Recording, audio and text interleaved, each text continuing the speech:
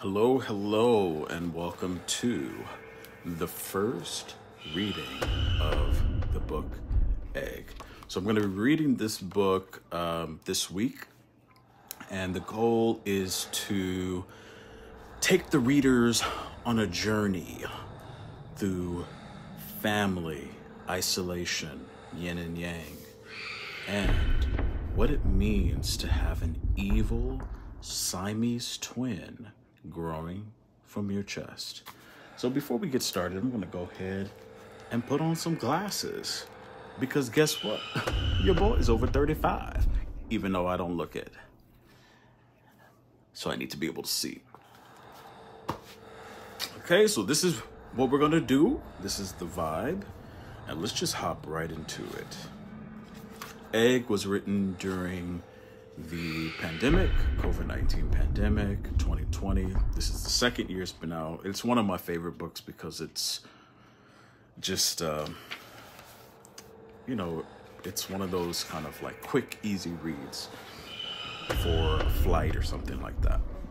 And I left my water across my apartment, but since I'm here, let's just hop into it. Ladies and gentlemen, Egg.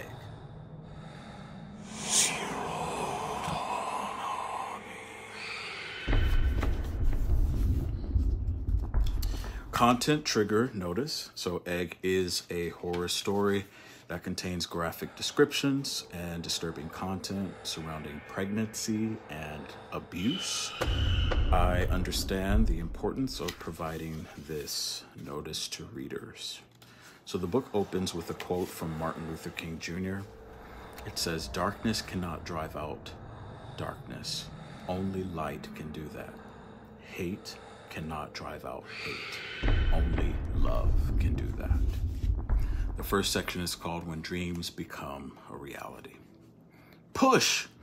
A delivery nurse surrounded 25-year-old Shanice Taylor as she screamed, sweat dripping down from her forehead, her chin covered in tears and snot.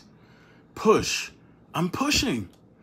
Ron, Shanice's husband, held up her head as she panted.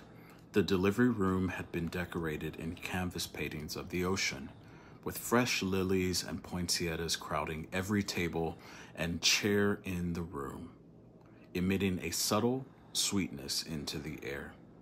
The delivery room was brimming with sunlight and photos of the sea. The air from the air conditioning duct combined with the pictures on the wall and floral aroma created the feel island getaway. "I love you so much, Shanice, so much. You're doing so good," Ron assured his wife, rubbing her back. A hanging tree branch slammed into the window. Pah! "Ice chips, Shanice mumbled. Ron fed Shanice ice chips. "Okay, again, let's push, Mrs. Taylor," the delivery nurse said. Shanice inhaled deeply. "Ah!" She trembled, grasping Ron's hand and the bedpost. After 3 miscarriages and their prior pregnancy ending in a stillbirth on the 30th week, Ron and Shanice remained hopeful for this pregnancy.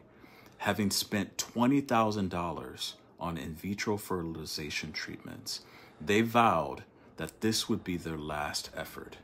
The struggle to have a child had taken a toll on their marriage. "Here he comes," the delivery nurse warned the couple as the baby's head began to crown through Shanice's expanding vagina. The nurse's face suddenly became expressionless. She looked up at the couple creepily for what felt like minutes. Shanice and Ron glanced at each other in panic. "He's a boy," the nurse cheered. Ron jumped with excitement. "A true miracle." Shanice and Ron rejoiced together. "Do you have a name?" "Nakoa, warrior in Hawaiian. Nakoa Jamar Taylor, our warrior, our miracle."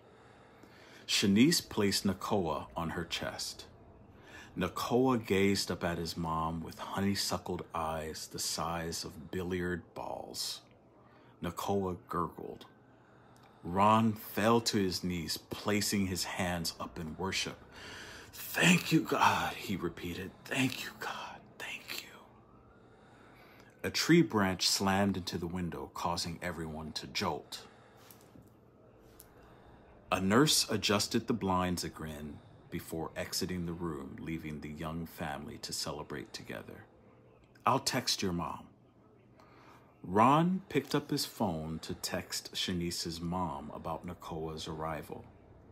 Scrolling through several unread text messages, Ron clicked open a message from Danica, his ex-girlfriend. The message read, "Congratulations, Ron," followed by 2 smile emojis, a smiling witch emoji, and a black heart.